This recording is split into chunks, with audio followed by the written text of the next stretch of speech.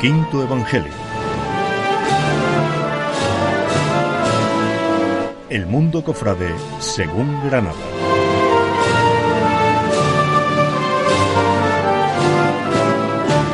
Quinto Evangelio.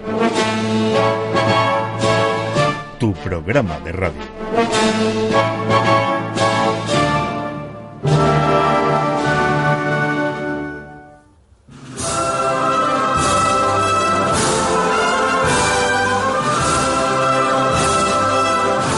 Bienvenidos a este paseo por la ciudad más legendaria de la mano de sus hermandades. Al tiempo de la cultura cofrade y a esta hora de programa donde miramos al ayer para soñar con un mañana mejor. Con Francisco Abuín, Víctor Burgos, Francisco Starli, Juan José Moreno, David Morente, Jesús Ortiz, Isaac Palomino, Susana Rodríguez, Noemí Toral y este que les habla, comienza Quinto Evangelio.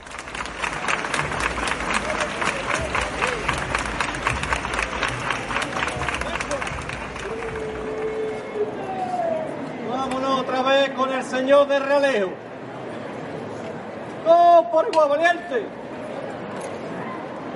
¡Esto es!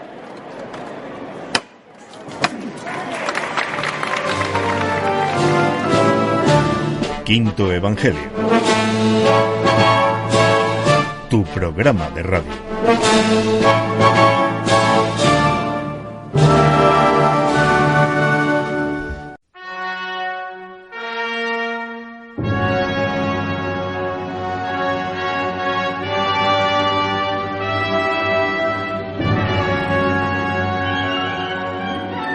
Granada es muestra de libertad, mestizaje y belleza. Mario Onaindia, escritor y político vasco.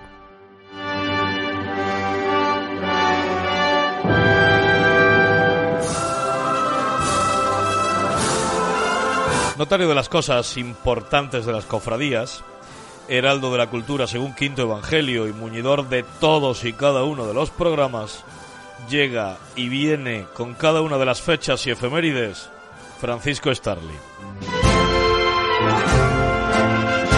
Doy fe, donde Granada es cultura. La Catedral de Granada reclama nuestra atención, pues contamos con dos fechas señaladas por su trascendencia histórica que se firman en torno a la emisión del programa. Así pues, es el 31 de mayo de 1713 cuando, por escritura pública, se encarga el ensolado de la girola de la Seo Granadina, que se termina en 1715. Corresponde su ejecución al maestro de obras de la catedral, Francisco Hurtado Izquierdo. Y 216 años después, hace 93 años, el 29 de mayo de 1929, se procede a la inauguración del Museo de la Catedral, que ocupa lo que fue la sala capitular. La iniciativa corresponde al arzobispo Vicente Casanova y Marzol. Es el 30 de mayo de 2014 cuando se recibe el escrito de la Congregación del Culto Divino que firma el arzobispo secretario Monseñor Arthur Roche, por el que se expide el decreto de coronación de la Virgen de la Amargura. En la tarde de ese mismo día, la Santísima Virgen es trasladada por los hermanos mayores de las hermandades de penitencia del barrio del Realejo hasta el coro bajo de la iglesia conventual, donde se bendice y se le impone a la dolorosa realejeña una corona de flores por la Madre Superiora de la comunidad religiosa en representación de las órdenes contemplativas que fueron madrinas de la coronación. Con posterioridad, se estrenó el himno de la coronación compuesto por Luis Rivero. La ceremonia de coronación en sí habría de ser realidad en la Santa Iglesia Catedral un año después. El sábado 30 de mayo de 2015, a las 12 de la mañana, en que la Santísima Virgen de la Amargura recibía la áurea presea en un altar efímero sobre el paso de madera sobredorada del Señor de la Oración en el Huerto de los Olivos. Ya por la tarde, a partir de las 19 horas, y en su paso palio, se iniciaba la procesión de alabanza a los sones de la banda de música del Carmen de Saltera, realizando estación en el convento de San Antón y la iglesia de San Matías, Santo Domingo y San Cecilio, para regresar a su sede canónica hace hoy 7 años, ya en la madrugada del 31 de mayo.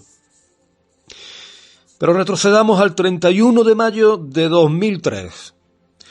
Dentro de los actos conmemorativos del 50 aniversario fundacional de la Hermandad de San Juan de Letrán, tenía lugar la salida extraordinaria de la Virgen del Amor, que debería de haberse llevado a cabo el siguiente sábado 1 de junio, y que se adelantó por causa en ese día de la toma de posesión del hoy arzobispo de la archidiócesis granadina. La bellísima Dolorosa del Amor ya en su paso estuvo expuesta a la veneración de fieles durante la mañana, para por la tarde, tras misa, exaltación mariana y presentación del cartel conmemorativo, a cargo del cofrade e historiador don Antonio Padial Bailón, procesionar hasta la Basílica de San Juan de Dios, a los acordes de la banda de música de Cuyar Vega, y cuyo cortejo abrió la banda de cornetas y tambores del Señor de las Tres Caídas. Celebra la Iglesia el 31 de mayo la festividad de la visitación de la Virgen María a su prima Isabel, que conforme al anuncio del arcángel San Gabriel, estaba embarazada del que se conoció como Juan el Bautista. El hecho tiene una especial significación en nuestra religiosidad y así se plasma. Centrémonos, pues, en 2 muestras que enriquecen nuestro patrimonio artístico y nuestro acervo cultural religioso. Volvamos a la catedral para extasiarnos en la obra pictórica del genial Alonso Cano al respecto. Un óleo de gran formato, de 4,51 por 2,52 metros y en estilo barroco, fechado hace 369 años, en 1653, que encontramos en el altar mayor y que pertenece a una serie sobre los gozos de la Virgen, encuadrada en la última etapa creativa del artista granadino, y que tiene la peculiaridad de, entre los rasgos iconográficos habituales en Cano, de cambiar, para señalar la santidad de la Virgen, el nimbo por una sola estrella. Y próximo al aseo estuvo el convento de la Trinidad, y en él estuvo radicada desde 1517 la Hermandad de la Virgen de la Visitación, cuyo origen estuvo en una ermita a las afueras de la desaparecida puerta de Vivalmazán. Sostenida por los maestros de sastres, la hermandad contó con capilla en la iglesia del convento, que contaba a su vez con sagrario, y la presidían las imágenes de la Virgen y la Santa Isabel. Doy fe.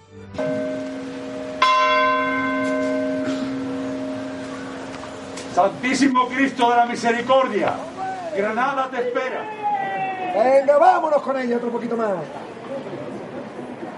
Fuerte para arriba con ella. Todos por igual valiente.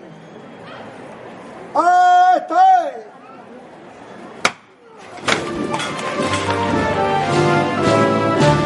Quinto Evangelio. Tu programa de radio.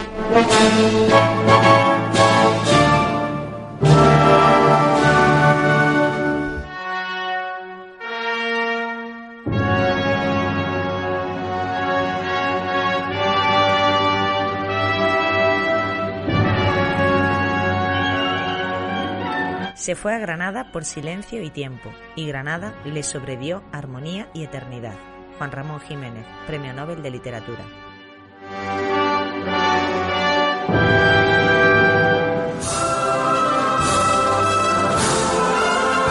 La ciudad cuenta con una oportunidad extraordinaria, convertida en tribuna donde alza la voz, autorizada y cierta, David Morente. Es el vocero de los sentimientos y es el altavoz de las emociones, que radiografía lo cofrade desde la alta literatura. Es el atril de quien esgrime lo cofrade según Granada.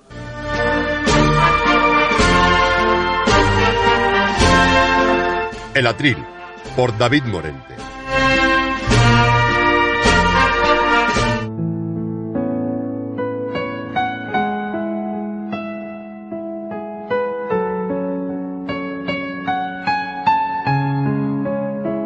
Cierra al salir y trata de no hacer ruido. No quiero ver cómo te vas, porque si vuelves la vista atrás, me verás llorar, y no soy hombre de eternizar las despedidas. Llévate contigo el vértigo de tus tardes, los colores infinitos de las flores que gritan tu nombre, la promesa incumplida de volver a un camino que termina a las plantas de una fe recién llegada a su aldea. Llévate contigo tus noches, esas que en su transitar suenan a febrero con canciones de Cádiz, a sones de 3x4. Llévate contigo el verso silente de aquel que ama un amor prohibido, el llanto mudo de quien en tus días largos le dijo hasta pronto a un rociero eterno, con sonrisa pícara y corazón salesiano, que desde las marismas que surcan el cielo seguirá repartiendo caramelos de naranja, dejando aquí, en este escenario alborotado que es la vida, una silla vacía en su palco de pasiega y un eterno pellizco en las guitarras que llorarán eternamente su ausencia, cuando suenen en sus cuerdas huérfanas los sones eternos de la Juliana. Eres eterno, alegre, romántico y poeta. Eres el escenario perfecto para albergar historias fugaces de amor. Eres el verso de quien rima ausencias. Eres el surco que desemboca en el calor del hastío de junio. Eres el capitán de la gloria que disfraza de cuaresma las ganas de niños que sueñan con ser costaleros en los albores de abril. Eres la luz más bonita en una paleta infinita de colores. Te llevas contigo las cruces de los que no encuentran motivos para bailar, el silencio de las capillas donde duermen los lamentos de quienes vieron en la calle, vestida de cofradía, lo efímero de su fe. Eres tú, mayo, el mes de María, de las flores, de la sonrisa y de la vida.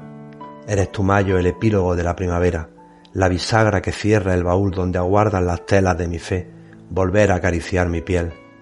Eres tú, mayo, el telonero del amor de los amores.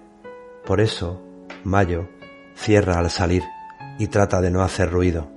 Y eso sí, a ser posible, no tardes en volver.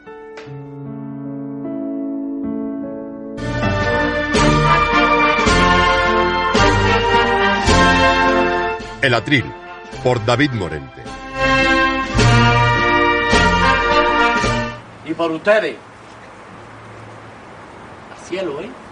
Cielo, ¿eh? Como me ha gustado siempre a mí la levantar, con toda la fuerza. ¡Todos por igual, valiente! Cielo, ¿eh? A subir el pan. ¡Ya está! Bueno, quieto, quieto. Bueno, bien, bueno, bien.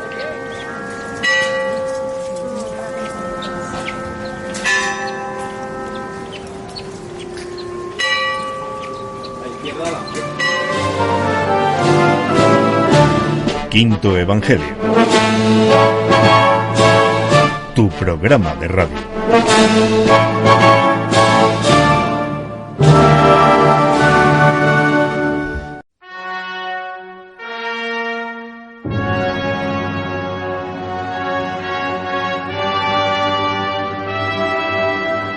Granada es, de todas las ciudades españolas, la que más sentimientos de devoción ha despertado en los viajeros. Octavio Paz, Premio Nobel de Literatura.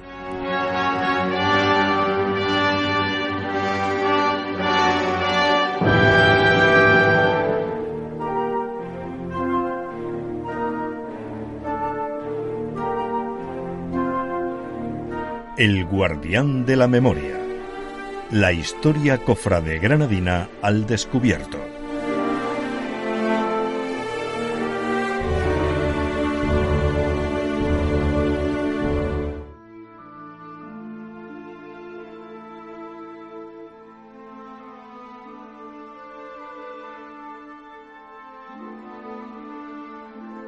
El argot cofrade está tan vivo como la lengua misma. Evoluciona según el tiempo y determina el carácter de cada ciudad.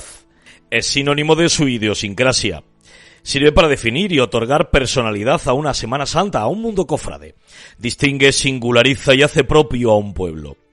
Las expresiones cofrades pueden ser puras, usadas desde tiempo inmemorial o estar contaminadas por influencias de última hora, modismos impuestos por las últimas generaciones. Así que, ¿qué es lo que siempre ha dicho Granada? ¿Hábito o túnica? ¿Capillo o antifaz? Las ordenanzas y constituciones de las cofradías más antiguas que poseemos no dan lugar a dudas. Las de la Veracruz de 1547 hablan de túnica, de capillo y no mencionan ni hábito ni antifaz o similar. A estas le siguen las del Nazareno de los Mártires, son del año 1594 y vuelven de nuevo a insistir en que los hermanos el día de la procesión vestirán túnica y capirote. No encontramos mención alguna al término hábito o antifaz. Hay que esperar hasta el siglo XVII para hallar ambos conceptos. Será la Hermandad del Sepulcro y las Tres Necesidades la que en 1616 nos diga que el cortejo se llena de hermanos que visten hábito y llevan capirote. Luego, el gran Jorquera, cuando analiza la cofradía de la Sangre que tenía su sede en la Merced, vuelve a mencionar el término túnica. Otras hermandades de penitencia del convento de San Francisco nos cuentan que sus hermanos llevan túnica, y así lo dice la del Señor de las Tres Caídas o el Nazareno el Pobre. En el siglo XVIII, el Nazareno de la Merced, la Cofradía de la Trinidad o los hermanos del Huerto de San Antón llevan en sus procesiones de Semana Santa túnica y capirote. Habrá que esperar al siglo XIX, cuando la alusión a la vestimenta del hábito y al término capillo se imponga. A partir de ahí, la Semana Santa granadina, como nos cuentan los diarios, las actas históricas de la Federación o las cofradías nacidas en el siglo XX, usan ya sin distinción alguna los términos hábito y capillo. Serán con cofradías de moderno cuño cuando aparezca el término primitivo, cuando vuelva el más antiguo, el primero que usó nuestra Semana Santa, el de túnica. Pero la palabra antifaz pareciera más propia de otros lugares, porque la mención al caperuz o capillo es casi una tónica constante en la historia y en la prensa. La primera advertencia que hacemos es que las hermandades granadinas, nacidas en el seno de conventos, usan túnica, como si una extensión de la túnica talar de la orden que los acoge se hiciera presente. Curiosamente, las hermandades que no están en un convento, podemos poner por caso el Sepulcro de Santiago, usan hábito. El siguiente paso que nos queda era acudir al diccionario y ver qué definición da a cada palabra. Es mucho más explícito en los sentidos y significados que tiene la palabra hábito, que parece estar destinado no solo a la vestimenta de frailes o monjas, sino de eclesiásticos, órdenes e instituciones diversas de la época moderna. Por el contrario, la túnica la describe el diccionario como la vestidura exterior usada debajo de los hábitos. Si nos detenemos en lo que dice sobre antifaz o capillo, comprendemos que la Academia de nuestra Lengua se pone del lado de los que consideran que antifaz no está bien usado para definir a la tela que sobre el cartón compone el capirote y oculta anónimamente al hermano, porque lo llama velo o máscara, mientras que dota los conceptos de capillo como el que se usaba en el sacramento del bautismo y le da como sinónimo el de capirote. De ahí que nunca, jamás, fuera usada esta palabra en la historia cofrade granadina. Luego, como conclusiones, hemos de decir: el primer término usado por Granada y la palabra más antigua asociada a las procesiones de Semana Santa es túnica. Las hermandades en conventos usan túnica y las que no, hábito. Aunque el término varía y es más propio ya del XIX emplear hábito. Ninguna usa antifaz, ninguna. El capirote, que aludirá al todo, es la primera palabra que se emplea, pero se institucionaliza el término capillo. Decir túnica o hábito, según la historia granadina y la etimología, tienen el mismo valor. Capillo es el único sentido léxico plausible y con esfuerzos, mediante 11 entregas ya, como este, conseguiremos pronto la identidad y la personalidad que un día despreciamos por acoger intrusismos que, para colmo, son menos certeros a ojos del diccionario.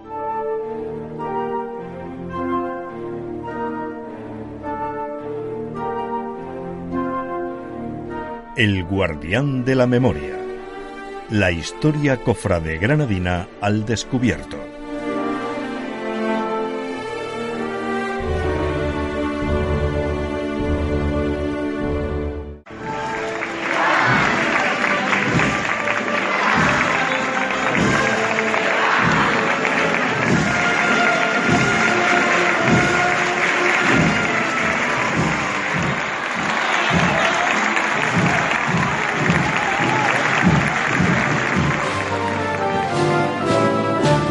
Quinto Evangelio. Tu programa de radio.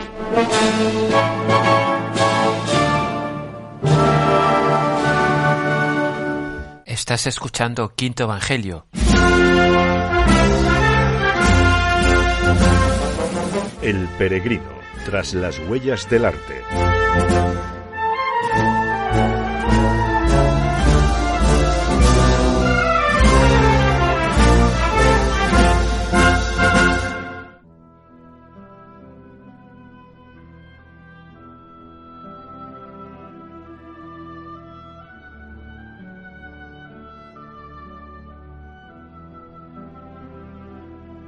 Los artistas granadinos han constituido desde el comienzo mismo de la Reconquista Católica una de las escuelas más fecundas y más aplaudidas por la historia del arte universal.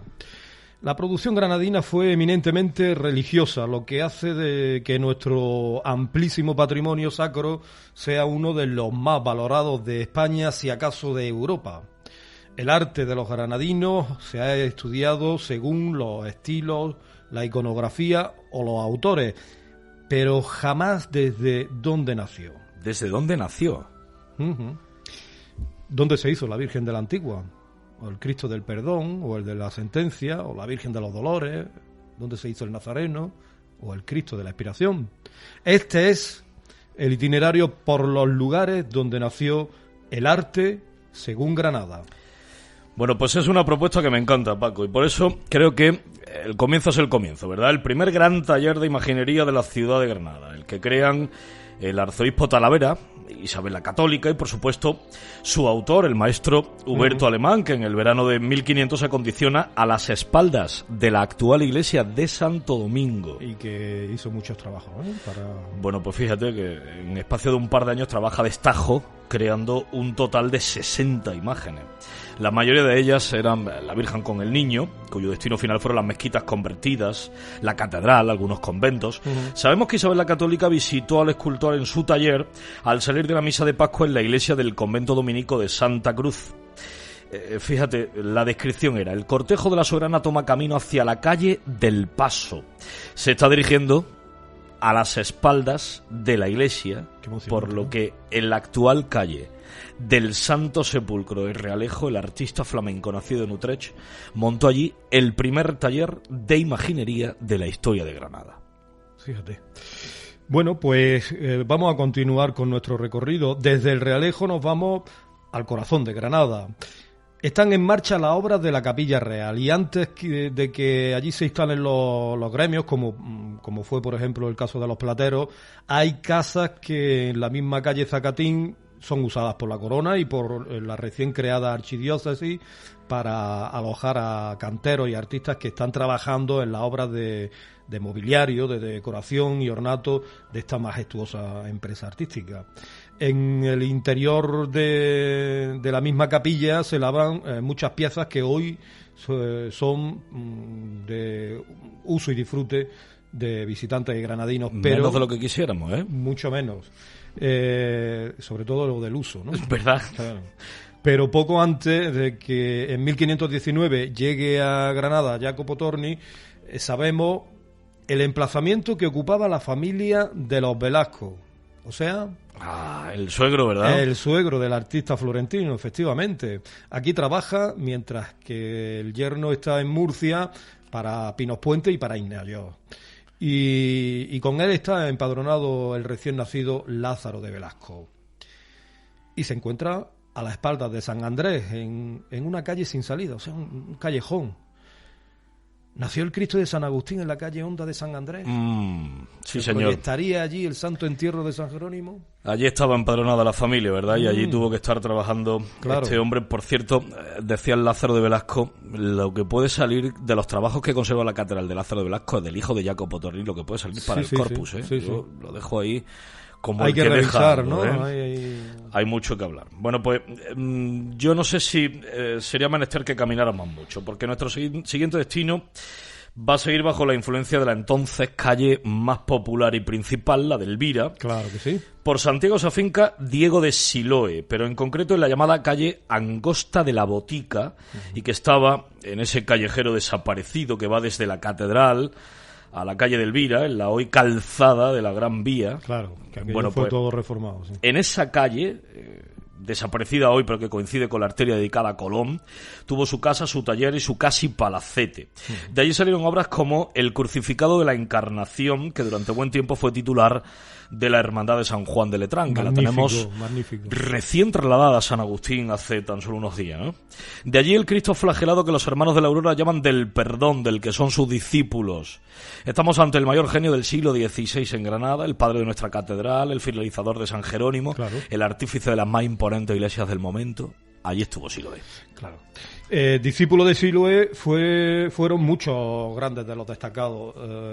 Por ejemplo, Diego de Aranda, que nació en Granada en la collación de San Justo y Pastor y pertenece, pues como su maestro, a la Hermandad del Corpus de los Hospitalicos, lo que significa que no nos movemos del entorno de calle Elvira. Era discípulo, pero especialmente y sobre todo amigo de Diego de Siloé, y trabajó con él en la Catedral de Granada. Es autor de las imágenes que adornan portadas de las iglesias granadinas como la de Santa Ana y de San Ildefonso. También intervino en los pedestales del testero oriental del Palacio de Carlos V, y lo más curioso es que cuando muere su maestro deja a su hijo en testamento una suma de dinero. Ahí había relación, ¿eh? Claro, ahí se ve muy a las claras no solamente vecindad, sino una relación estrecha de entre ambas familias, y que el maestro además que estaba muy agradecido de que a la muerte de su esposa hubiera recibido un trato tan cuidado hacia su persona por la familia, claro, por la familia Aranda. Si no vamos muy descarrilados, en torno a la actual calle Cárcel Baja tuvo que nacer nada menos que el Cristo yacente de San Jerónimo, el Señor de la Sábana. Bueno, pues en nuestro recorrido ya tocaba llegar al padre de la imaginería, al maestro de los grandes, al primer escultor que hizo obras procesionales. Estoy hablando del genial Pablo. Y no nos movemos especialmente del sitio, volviendo a la calle Elvira y haciéndolo en dirección hacia la placeta de San Gil. En el entorno de la calle Calderería Nueva, que muere en la arteria que decimos, tuvo hasta su muerte el taller más prestigioso, más importante, el más fecundo de su época, donde se formó Montañés, y que de aquí salieran, por ejemplo, el Cristo de la Paciencia y el Cristo de los Favores. Geniales ambos. Sin olvidarnos de esos nazarenos que cambiaron el curso de la escultura procesional, como el de los mártires de San Juan de la Cruz, que está hoy en Huétor Vega, o el de la Basílica de las Angustias, que procesionaba en Jueves Santo.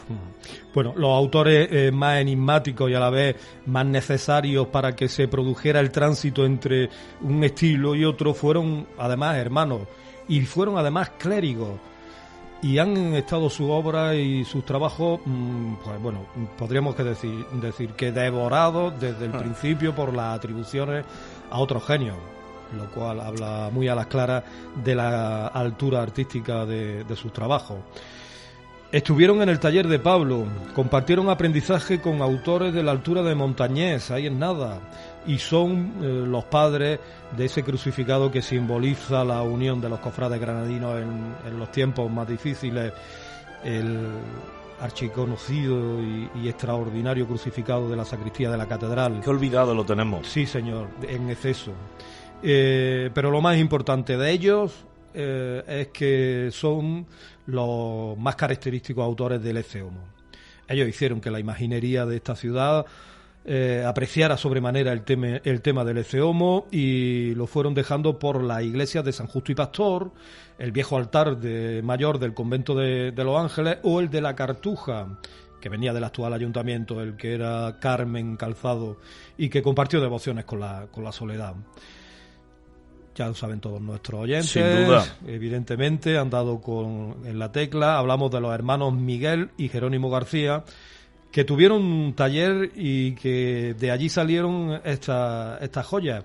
En la actual calle Horno de San Matías, una paralela a la calle Navas, y que era entonces conocida, fíjate, con el nombre de Calle de los Hijos de Pedro García. Qué interesante. Bueno, pues a estos le sigue Bernabé de Gaviria, el discípulo de Antado de Roja, el primer escultor granadino en practicar el estilo barroco. Nació en Granada, pero su familia era oriunda de Guipúzcoa, en concreto entre Vergara y Oñate, Curiosamente, en Vergara, tienes que acordarte, está el famoso crucificado de Juan de Mesa, claro, que durante sí, un breve tiempo en Oñate estuvo otro Cristo, pero en esta ocasión de Alonso Cano. El caso es que nuestro paisano tuvo taller en un sitio que parece fue el barrio de los artistas, al menos de los escultores de lo sagrado de Granada. En la calle Hospital de Peregrinos, junto a la espalda de los hospitalicos, vivió y trabajó, y allí nacieron 4 de sus hijos. Uh-huh. Pero no será la primera vez que la vieja iglesia y hospital del Corpus aparezca en nuestro itinerario.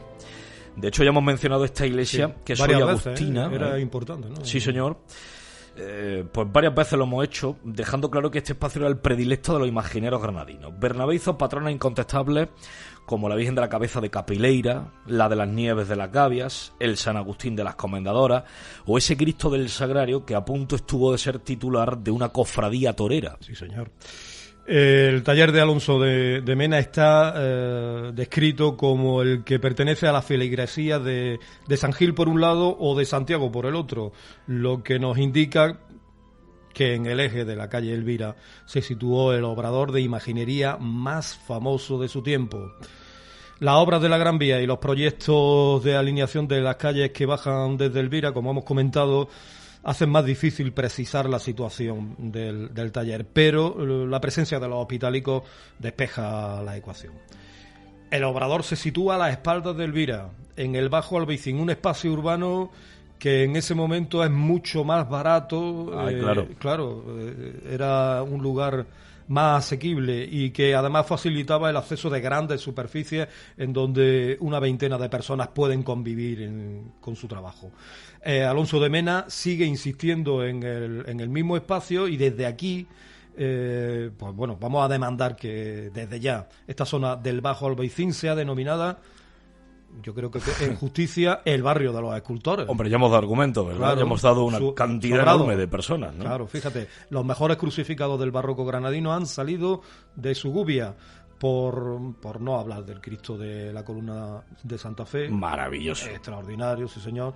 O las Inmaculadas Majestuosas, como la mismísima del Triunfo. Ahí es poco, ¿no? Ahí es poco. El barrio de los escultores. Pues bueno, pues llegamos al que siempre ha sido denominado el Miguel Ángel español, el genial Alonso Cano, que pasa los últimos 15 años de su vida en su ciudad natal. Ya lo había estado antes también. Bueno, pues los últimos 15. Nació en la calle Santa Paula, se bautizó en San Ildefonso y ocupó el espacio del campanario de la catedral como vivienda y taller. De allí salen la Inmaculada y la Virgen de Belén, los bustos de San Pablo, Adán y Eva, los cuadros para el convento de San Antonio, los dibujos para el de Santo Domingo. Y lo más sorprendente, los 7 gigantes cuadros del altar mayor de la catedral, los 8 descomunales para el Santo Ángel o la Virgen del Sueño que está hoy en el Museo Británico y los enormes lienzos de la Catedral de Málaga. Esto puede de alguna manera explicar que Cano se sintiera más pintor que escultor, porque altura para los lienzos tenía, pero espacio para la imaginería quizás allí en ese obrador no lo contaba, ¿no? Claro.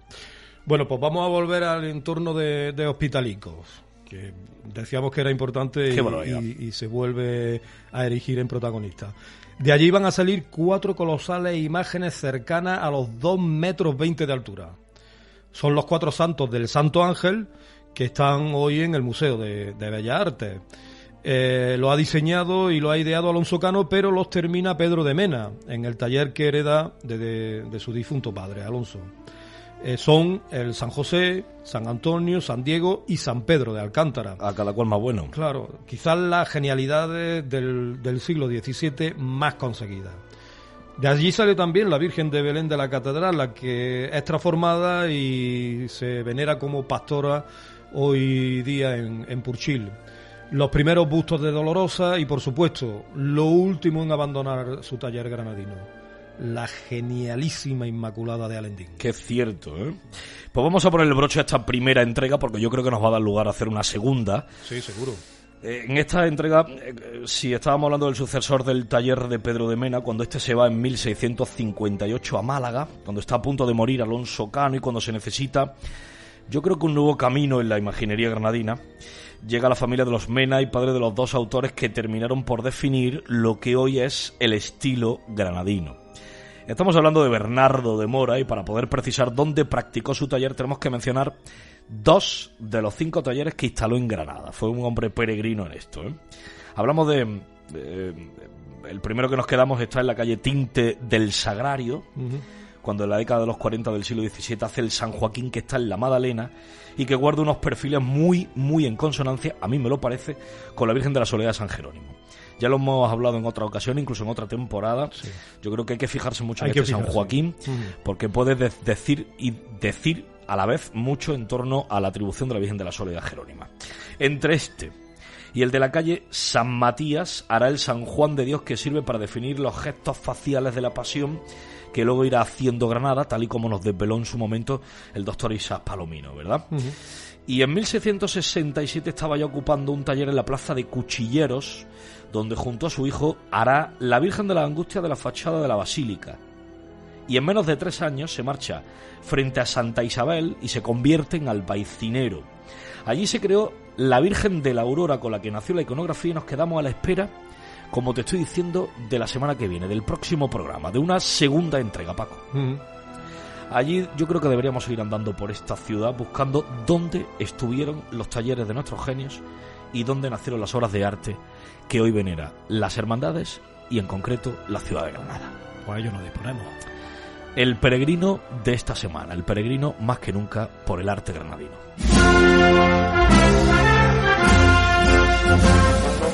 El peregrino, tras las huellas del arte.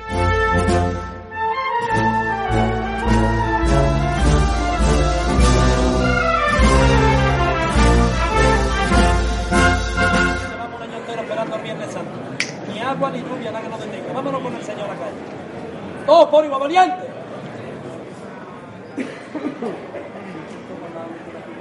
¡A este!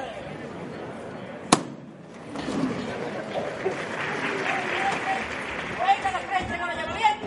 ¡Venga de frente con ella valiente! ¡Venga de frente con ella valiente! ¡Venga de frente con ella valiente!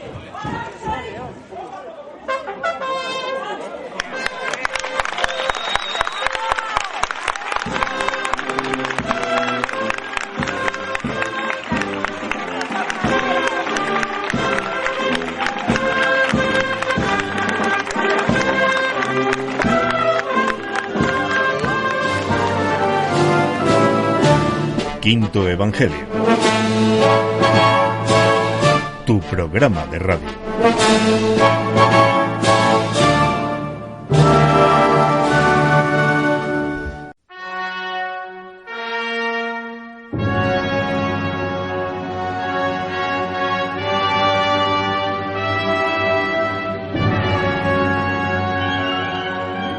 Cuando no conoces Granada, la anhelas, la imaginas, la lees.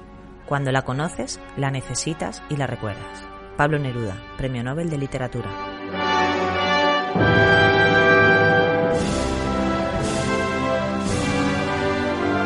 El Olimpo, el arte granadino que cambió al mundo.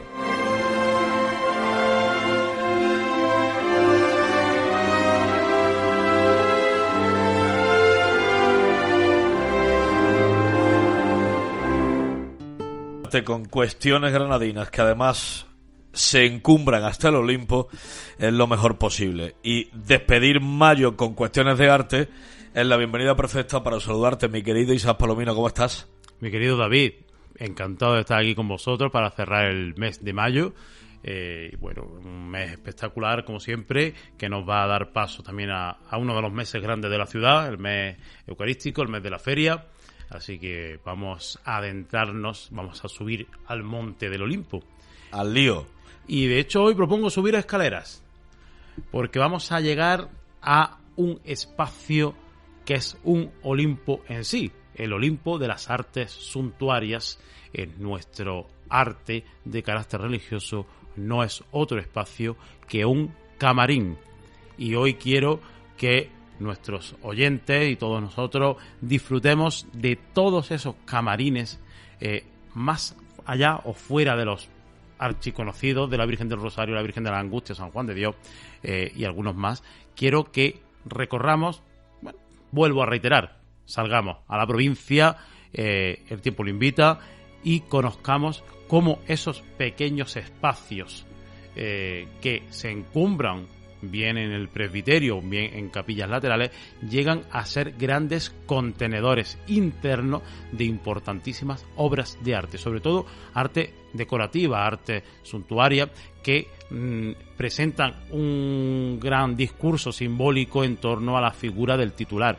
Siempre tenemos asociado el camarín a la figura de la Virgen María, será porque lo tenemos más a mano siempre, pero también por supuesto tenemos camarines dedicados a los santos, el propio San Juan de Dios o San Marcos en Turón, en la Alpujarra, lindando casi con Almería. Pero también vamos a tener camarines dedicados a Cristo. No olvidemos, por ejemplo, el camarín del Cristo de la Expiración de Órgiva, el camarín de Jesús Nazareno de Albuñuelas, un templo además con 2 camarines, uno el presbiterio para la Virgen de la Angustia y este de Jesús Nazareno, actual de Jesús Nazareno en el lateral, que era en origen de la Divina Pastora.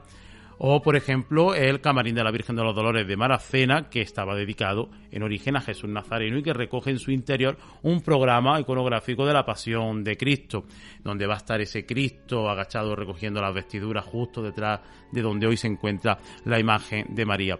Por eso yo invito a subir y contemplar, siempre que se puedan, los camarines que jalonan nuestro territorio, esos grandes ciclos de las letanías lauretanas que son tan reiterativos, algunos apostolados como el que aparece en el camarín de la Virgen de la Cabeza de Churriana de la Vega en su ermita, o por ejemplo el fastuoso camarín que tiene la Inmaculada Concepción de Alendín.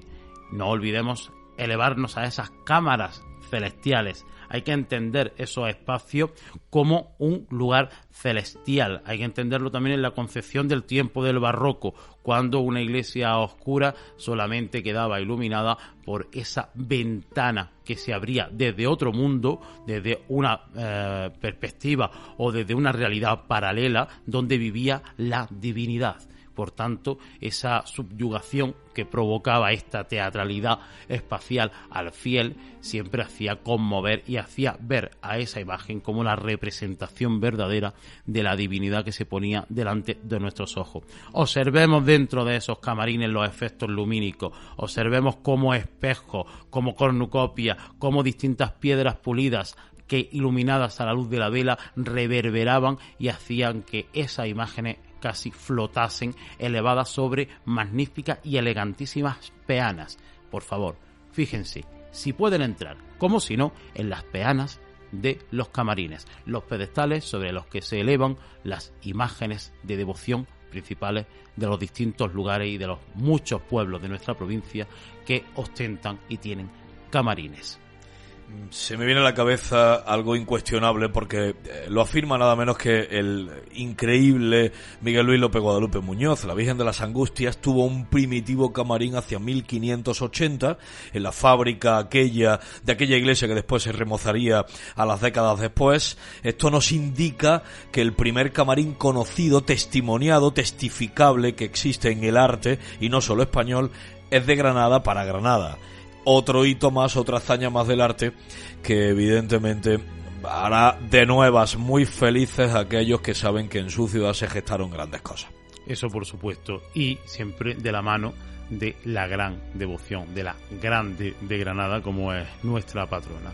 Fijaros cómo ella abre el camino de el Olimpo de las artes suntuarias, un Olimpo para María, un Olimpo para Dios, como es el camarín. Pues hasta junio, que es la semana que viene, que es el programa que viene. Amigo mío, qué ganas que llegue. Un fortísimo abrazo, doctor Isaac Palomino. David, igualmente nos quedamos en la espera. El Olimpo, el arte granadino que cambió al mundo.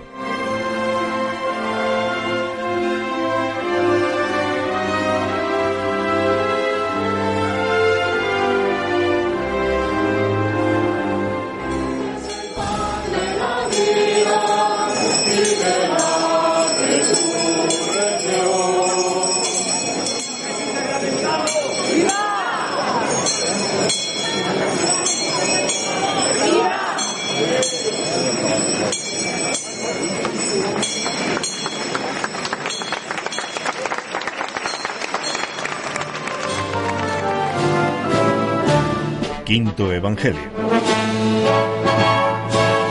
tu programa de radio.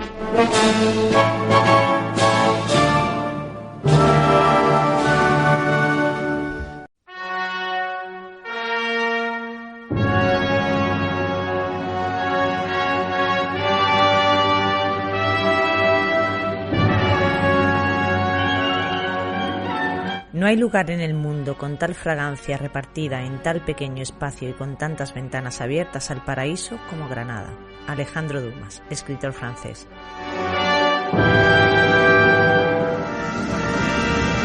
Imago Granatensis, un lugar donde se sueña y se hace la Semana Santa de Granada.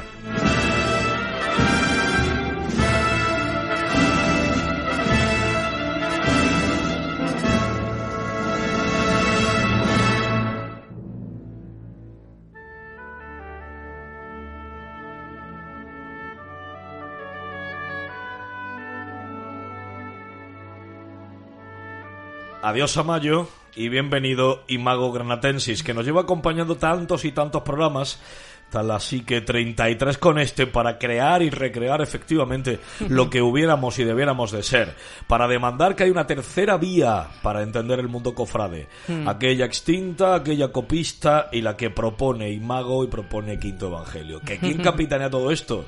Mi querida Noemí Toral, ¿cómo estás? Ay, no, aquí donde manda capitán no manda marinero y yo soy la primera marinera. Ahí está, pues como yo también lo soy, aquí al final el barco está muy bien trabajado, sin mando alguno. Sea Imago, sea el del final de mayo.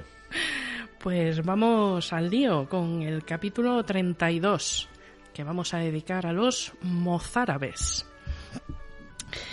No podía dejar pasar el curso sin hablar de ellos. Hemos hablado mucho del arte mudéjar, es decir, de musulmanes que habitaban fuera de Al-Ándalus en los reinos cristianos ibéricos. Los mozárabes eran cristianos descendientes de hispanoromanos y visigodos que vivían en territorio andalusí.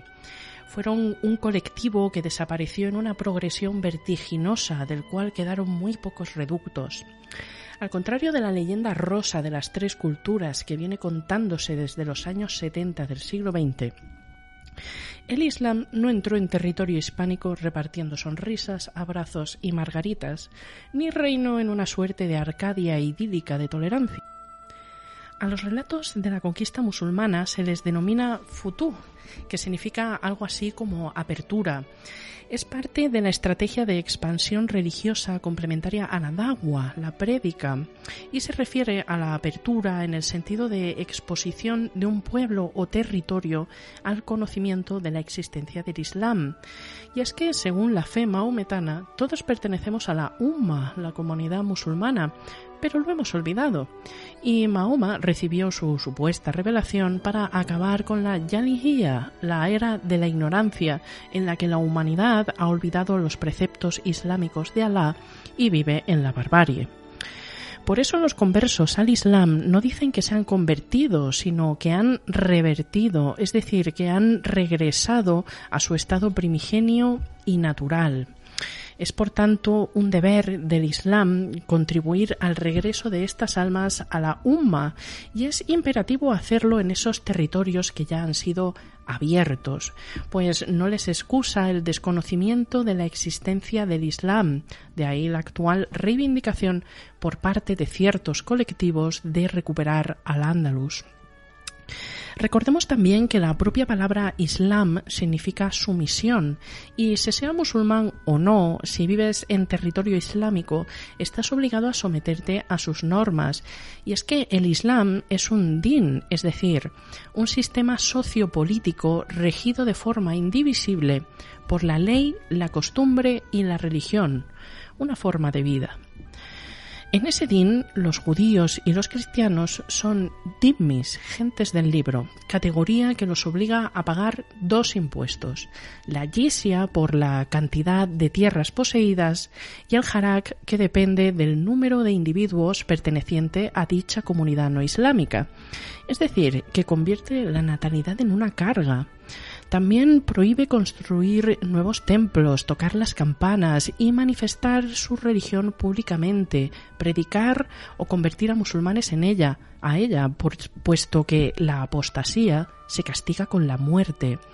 Los hombres dhimmi no pueden casarse con mujeres musulmanas sin convertirse, mientras que las mujeres dhimmis sí pueden unirse a musulmanes sin necesidad de convertirse, aunque no en estatus de esposa, y su descendencia pertenecerá al padre y será indiscutiblemente de religión musulmana. Todas estas restricciones proceden del conocido como Pacto de Umar, en el que, por poner un ejemplo de la clara intención de subyugación de este, se establece que la palabra de un dhimmi tiene un cuarto del valor de la de un musulmán, que tiene que ceder su asiento ante un musulmán o que no puede poseer armas con la subsecuente indefensión.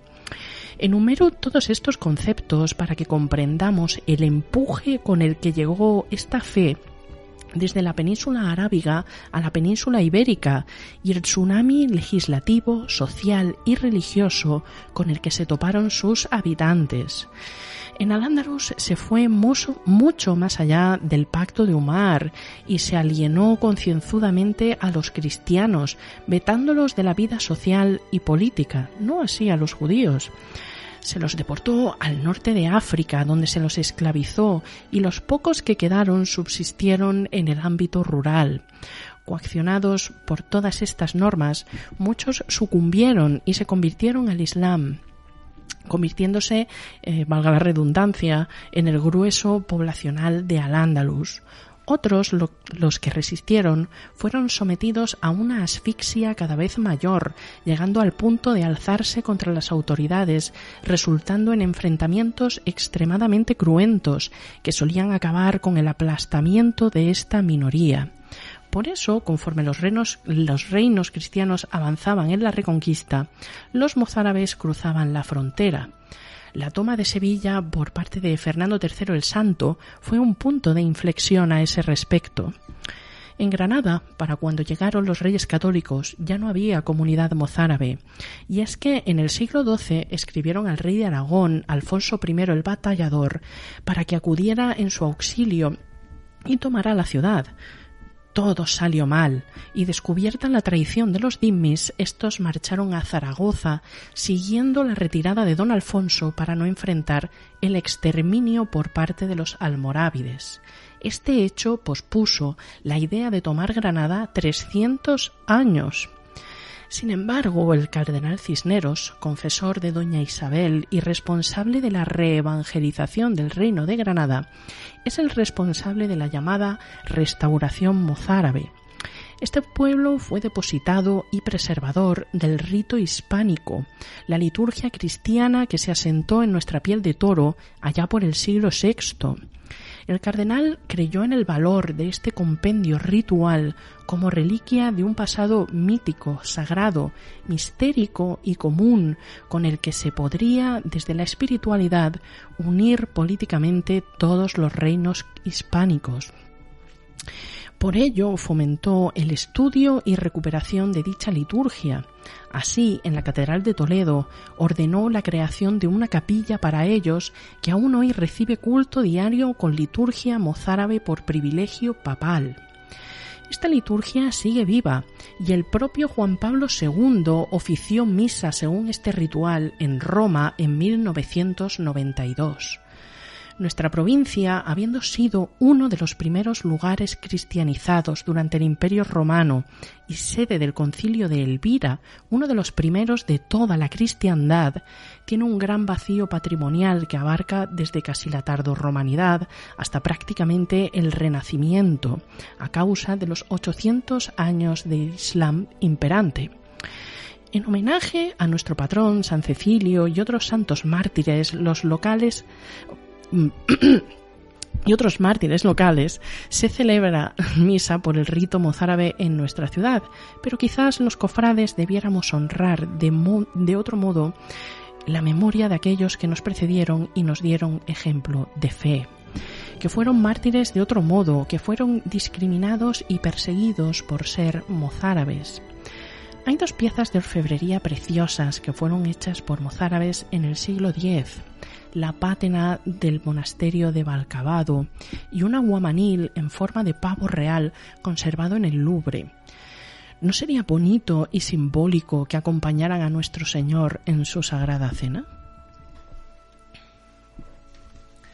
Se me ocurre valentía, se me ocurre verdad y se me ocurre agradecimiento por lo que hoy nos contabas. No es fácil, a pesar de que te ampara la historia y que te ampara igualmente el documento cierto, contar lo que has contado. Desde luego esto abre un antes y un después. Y por supuesto, esperando a que mañana a través de las redes de Quinto Evangelio veamos esa propuesta maravillosa. Adiós Mayo, adiós queridísima, valentísima Noemí Toral. Imago Granatensis, un lugar donde se sueña y se hace la Semana Santa de Granada.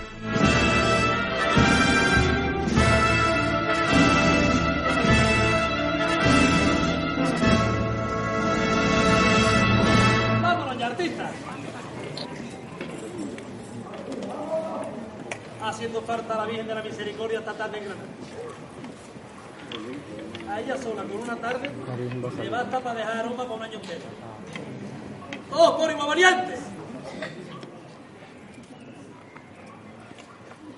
¡Ahí está!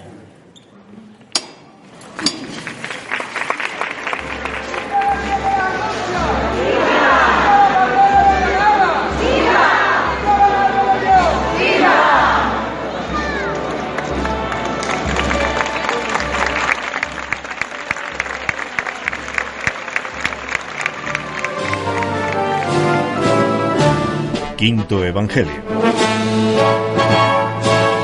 tu programa de radio.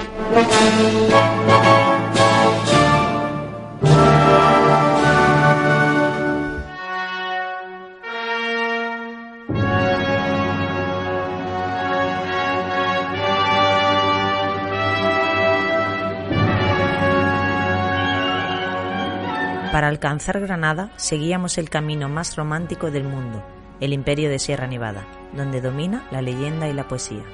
Prosper Mérimée, escritor francés, padre de Carmen.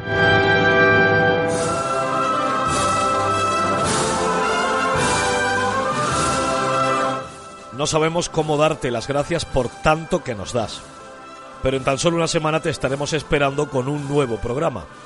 Hasta tanto, quédate con nuestro afecto y no olvides que sin ti no tendría sentido Quinto Evangelio. Quinto Evangelio. El mundo cofrade según Granada.